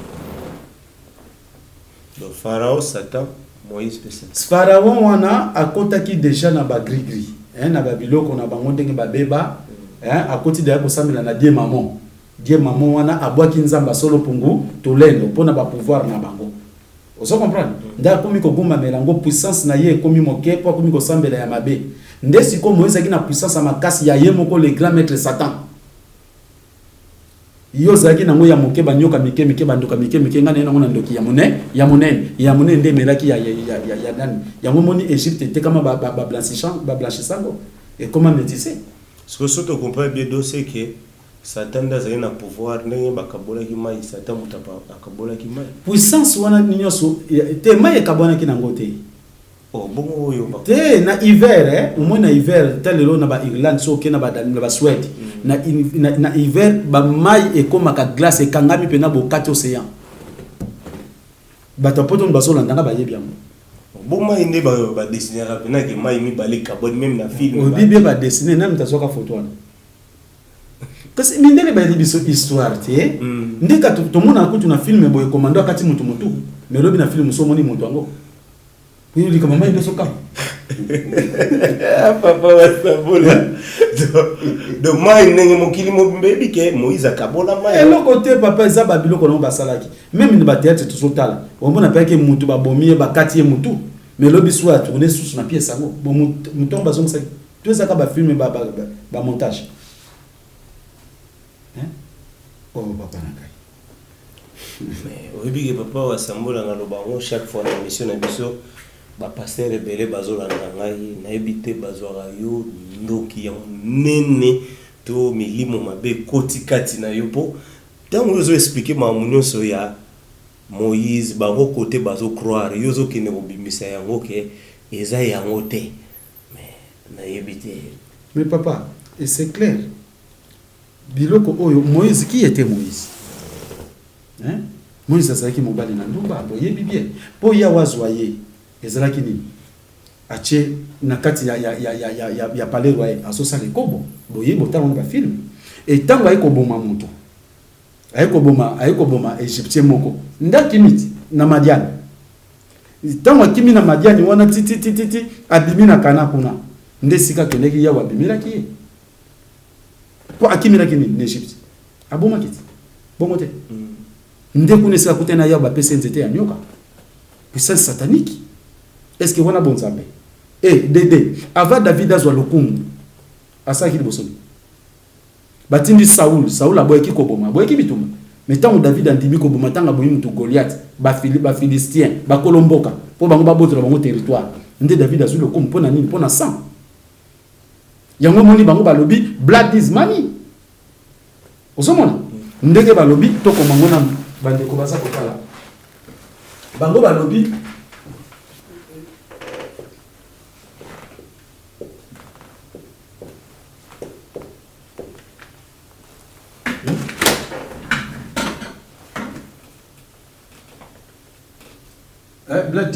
blood is money et c'est ça. Le sang, c'est de l'argent. Et pas la bango bonzambe na bango. Il y a moins de money, tout ça. Blood is money. Le sang, c'est de l'argent. Il y a moins de sopa makila pa na bango ça symbole. Il y a moins de maï wana nyonso mer soit disant mer rouge comme makila na makila. Puissance na bango pour tomber. Le loba ils sont le sang de Jésus. Ce qu'il faut au petit sacrifice. Il y a moi sinon moi na nota na yo Matthieu comme na bon.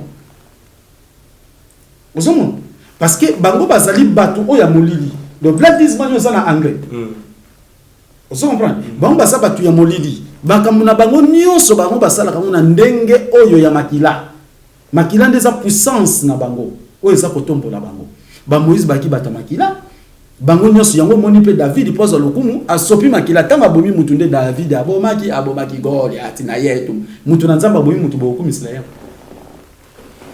Le grand magicien, Salomon, le grand magicien planète. Et bref, il y a un moni baté à batikil bino ba cantique des cantiques. Soko tangiango regretter. Collection de ngo folele moi si ngo sangana nzoto na moi. C'est ça bloco ya mabe. Na kati ya bibi. Oui. Na mukili o nani sa zui lokumu abomite. yebisanga na lokumu ya mokili fo boma mais ba président na monde to na Afrique avozo lokumu fo ko sala nini ko boma ko sopa makila yangwana bonzambe oyo ezali ya makila ezali ya mabe kaye po sala descendance lobo kum saba pra masala kini abomaki nda sui protection ya Yahweh po abomaki hein osomo Abraham ti baso kum se po sala nini aboma Abraham aboma place papa bongo Abraham azui lokumu nani papa Abraham azui lokumu nani zana na luka kaka da luka le e place basala ki boyokani alliance d'Abraham wana to sana dans Genèse chapitre 21 alliance d'Abraham avec Abimelech. À ce temps-là, Abimelech accompagné de Picol, chef de son armée, parla ainsi à Abraham, Dieu est avec toi dans tout ce que tu fais. Jure-moi maintenant, ici, par le nom de Dieu, que tu ne tromperas ni moi, ni mes enfants, ni mes petits enfants, ni mes petits enfants, pardon, et que tu auras pour moi et le pays où tu séjourner, pardon, la même bienveillance que j'ai eue pour toi. Abraham dit, je les jurerai. Mais Abraham fit des reproches à Abimelech au sujet d'un puits d'eau dont s'était emparé des forces des serviteurs d'Abimelech. Abimelech répondit, j'ignore qui a fait cette chose-là. Tu ne m'en as point informé. Et moi, je ne l'apprends qu'aujourd'hui. Et Abraham prit des brebis et de bœufs qu'il donna à Abimelech, et ils firent tous deux alliance. Abraham mit à part cette jeune brebis, et Abimelech dit à Abraham, qu'est-ce que c'est cette jeune brebis que tu as mise à part? Il répondit, tu accepteras de ma main ces 7 brebis, afin que cela me serve de témoigner que j'ai creusé de ces puits. Na l'action na pomona misala na ye. Na tanga misala na ye, ya koboko na ne ba neme basibongisa bango basala boye boye. Mosala na mosala nzambe te. Yo posera chrétien, soko ça ne preuve que Abraham asala ki nzambe pona bomo ya bato. Okolakisa ngai. Abraham mis à l'épreuve par l'Éternel qui lui a donné d'offrir à holocauste son fils Isaac. Hein? Tosote wana pona ko wana ezali tosoke ne mo musika muke to luka e place ya mosala oyo ya boyokani tanga pesi brebi e pa ya Isaac to yemba la moko e place basala ki na ye moi boyokani moke. Te tozong te toyena mort ya Abraham te tozonga na moi musika poto luka musala ya Abraham.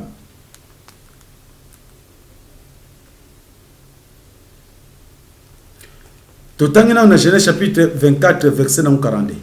Je suis arrivé aujourd'hui à la source et j'ai dit, Éternel, Dieu de mon Seigneur Abraham, si tu dédaignes faire récit le voyage qu'il accomplit, voici, je me tiens près de la source d'eau et que la jeune fille qui sortira pour puiser, à qui je dirai, laisse-moi boire, je t'ai pris un peu d'eau de la cruche. Et qui me répondra, bois toi-même et je puiserai aussi pour tes chameaux. Que c'est nazotanga ba oyo yo nyoso makambozo la kisamisala ya Abraham. Éternel et pas Abraham azali nan. Yango nazo expliquer na tepo nazo linga kaka na la kisayo misala ya Abraham. Alors siko na ye na boyokani. Na boyokani. OK. 21. Abraham partit de là pour contrer du midi. Il s'établit entre Kadès et Shur et fit un séjour à Guéra. Abraham disait de Sarah, sa femme, c'est ma sœur Abimelech, roi de Guéra, fit enlever Sarah. Alors Dieu apparut en songe à Abimelech pendant la nuit et lui dit, voici, tu vas mourir à cause de ta femme, de la femme, pardon, que tu as enlevée, car elle est à un mari. Abimelech, qui ne s'était point approché d'elle, répondit, Seigneur, ferais-tu une nation juste? Ne m'a-t-il pas dit, c'est ma sœur? Elle-même n'a-t-elle pas dit, c'est mon frère? J'ai agi avec un cœur pur et avec des mains innocentes.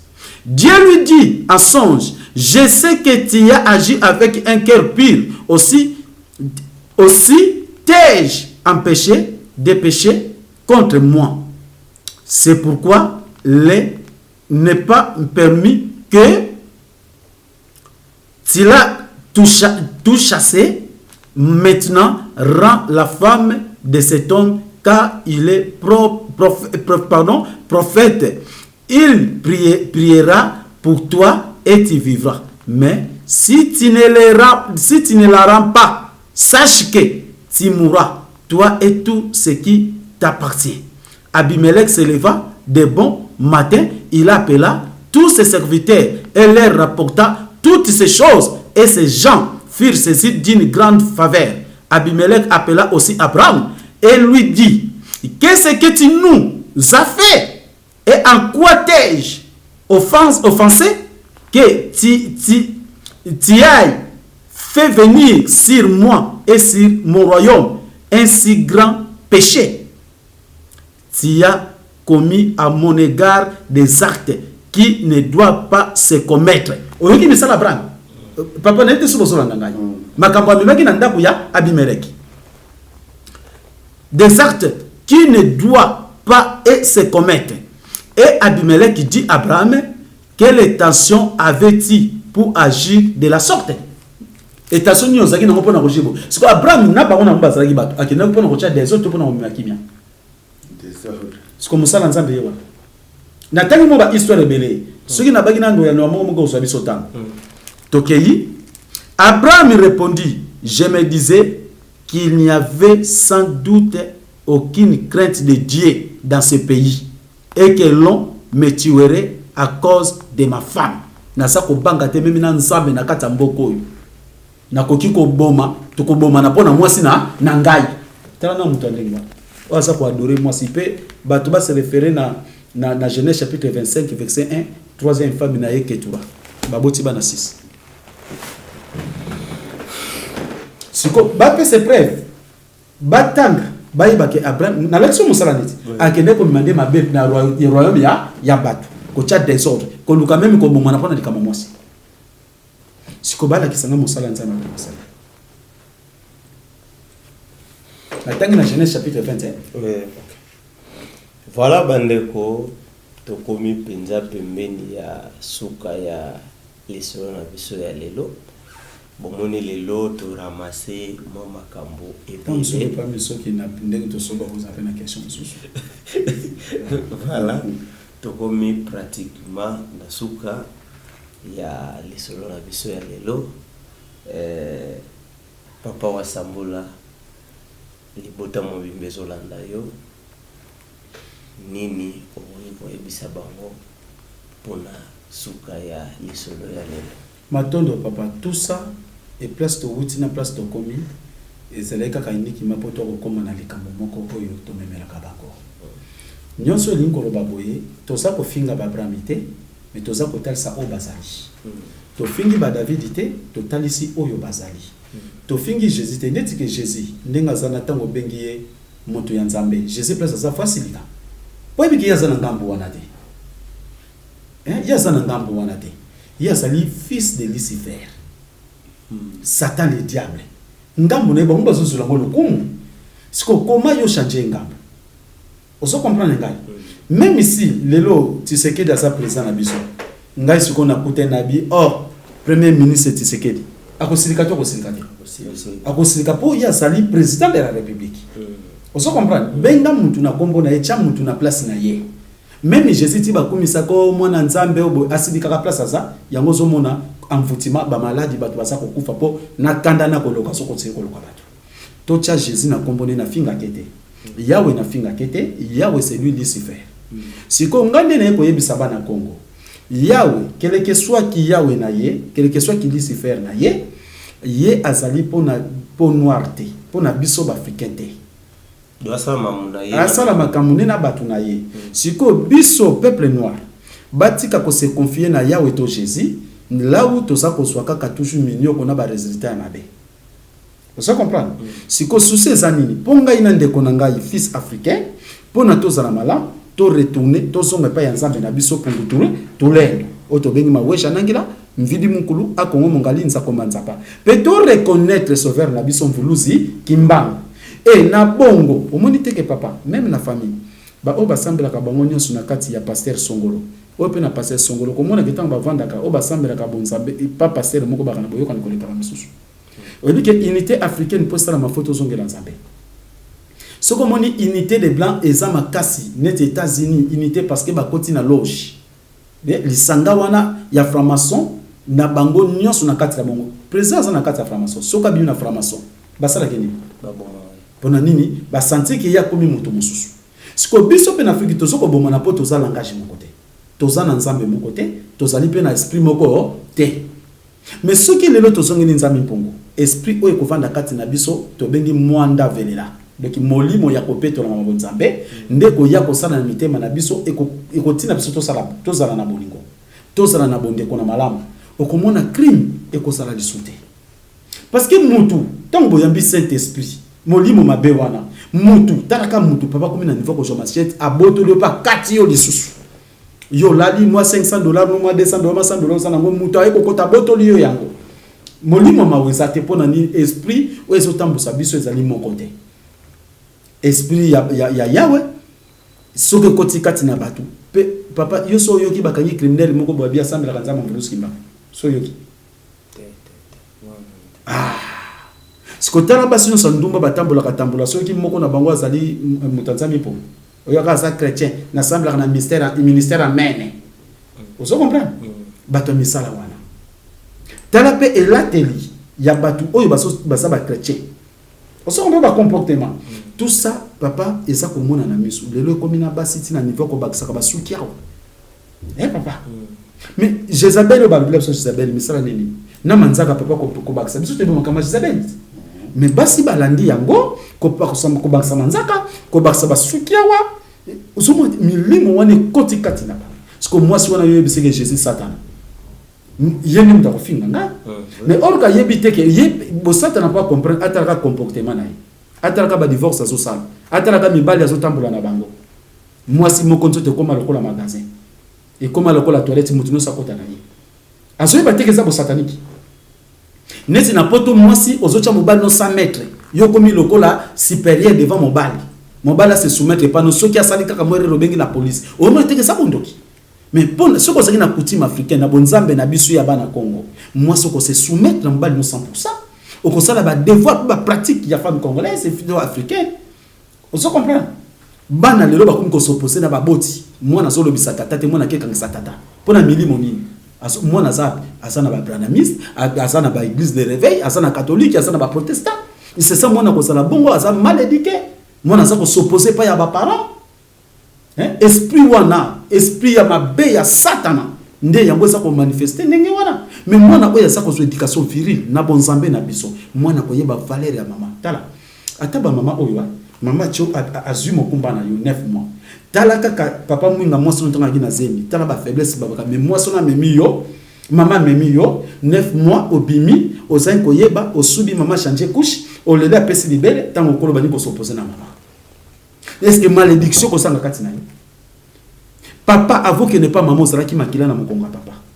Mais le loso faire voir na tata na yo. O faire face pardon na tata na yo. Malédiction pendant nini mate ya baza ko soa oye ko dikobongisa bango te. Tata na maman il faut toi adorer bango ko ba nzambe na biso. Parce que pour na tata na maman ndeso sala ke biso to sala. Alors bana soki baza ko reconnaître valeur ya tata na maman te. Yango pe baza ko reconnaître valeur ya nzambe akini biso te. Baza ko kumisa yawe na ba Yesu. Parce que tata na maman bangonde basa banzamba se malédiction na bénédiction ko uta pas tata na maman bano basa ko se soumettre na ba parents na bango à 100% bangonde parents ba ko loba maloba kitoko ko memela mo bénédiction bana oyo baza ko se soumettre pour ba parenté na kana papa maloba baza ko loba et comme na bana malédiction de génération le to ko souffrir même ba tata na biso ko mona moi menuisier moko moi maçon mo ko mona tata biso na mapango na biso le to na ba locataire parce que tout ça na malédiction. Vous comprenez? Mais tel temps kala papa mutu mo zo mo fo sale mo sala mo ne papa moko pauvre matonginda aso mi lupa mais ne le kona biso ali to na malédiction pour ba parents na biso be ba ki valeur na ba boti ba ebaki quand même quel que soit christianisme ça qui pénètre pour mutulendo zami pour mutulendo mais biso lelo oyo Yesu Yahweh tala ko bomana ko inaki moyibi ekoti escroquerie mutema mabe to suba malédiction to sango sanga ba ko yeba ba boti pe ba boti ba pesi malédiction na bana mo boti azola ta 50 pour ça mwana ba bito bana ba mona bolumba ba boti mama zola ta pantalon nzote kangi bana bazomona na ndenge simane dessiné na liboso na ye mama lati bilamba mapeke kati mabele zo mona na liboso bana malédiction. On se comprend.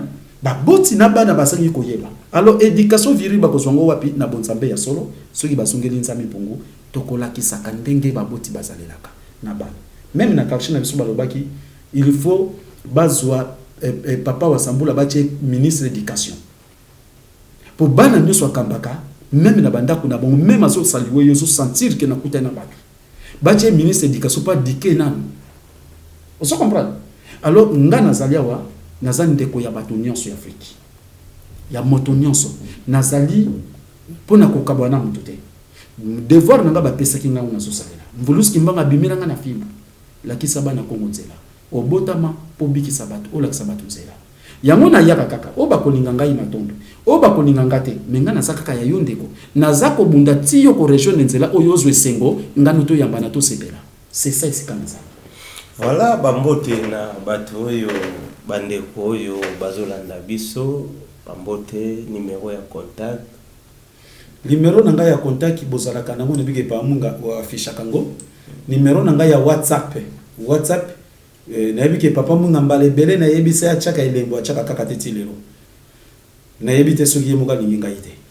Numéro nanga WhatsApp ezali 00243 89 0 34 31 12 na zongeli numéro WhatsApp 00243 89 au bolbaka 79 79 et pas na bino kona na poto bobenga 79 biso na munoko na biso bakoko ya lingala o ba yela biso ya 89 donc 00243 89 034 31 12 et kuzala fiche na WhatsApp mais pose wanga na 20 midi ezali pasi mingi.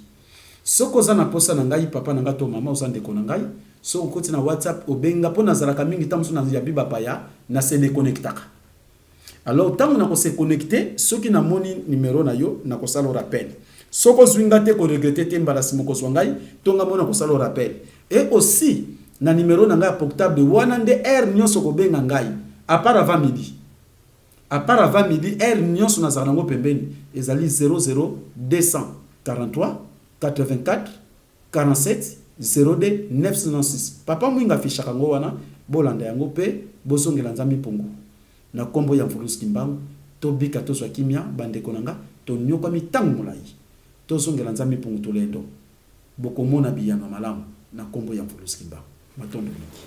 Voilà, merci na bato yo balandaki biso bolandi biso na roba à chaque fois ceux qui olandi biso première fois que se déranger te pour place au monique aux os sola bien te aux comprendre bien te benga ba numéro wana to benga papa wa Sambola akoyeba ko ya nola yo émission oyo ezaka émission ya bato mayele émission oyo ezali tango otali zongela ta 2 fois 3 fois otala malamu makambo nini oyo tolobi wana to memaka ka sango ya malamu na pesi mbote epai ya papa Lema ba papa Nzuzi na pesi libota bolingo nyonso na pesi bino mbote bozala malamu biso pe tozali malamu awa tozo continuer kokoba pona lelo lisolo na biso esuki awa merci.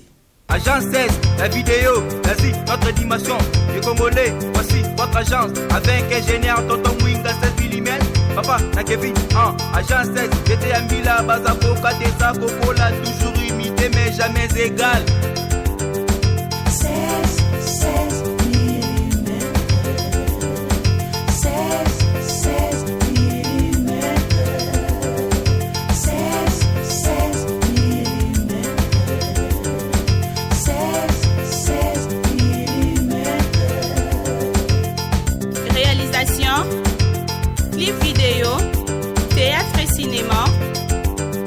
publicité, documentaire, magazine, reportage mariage,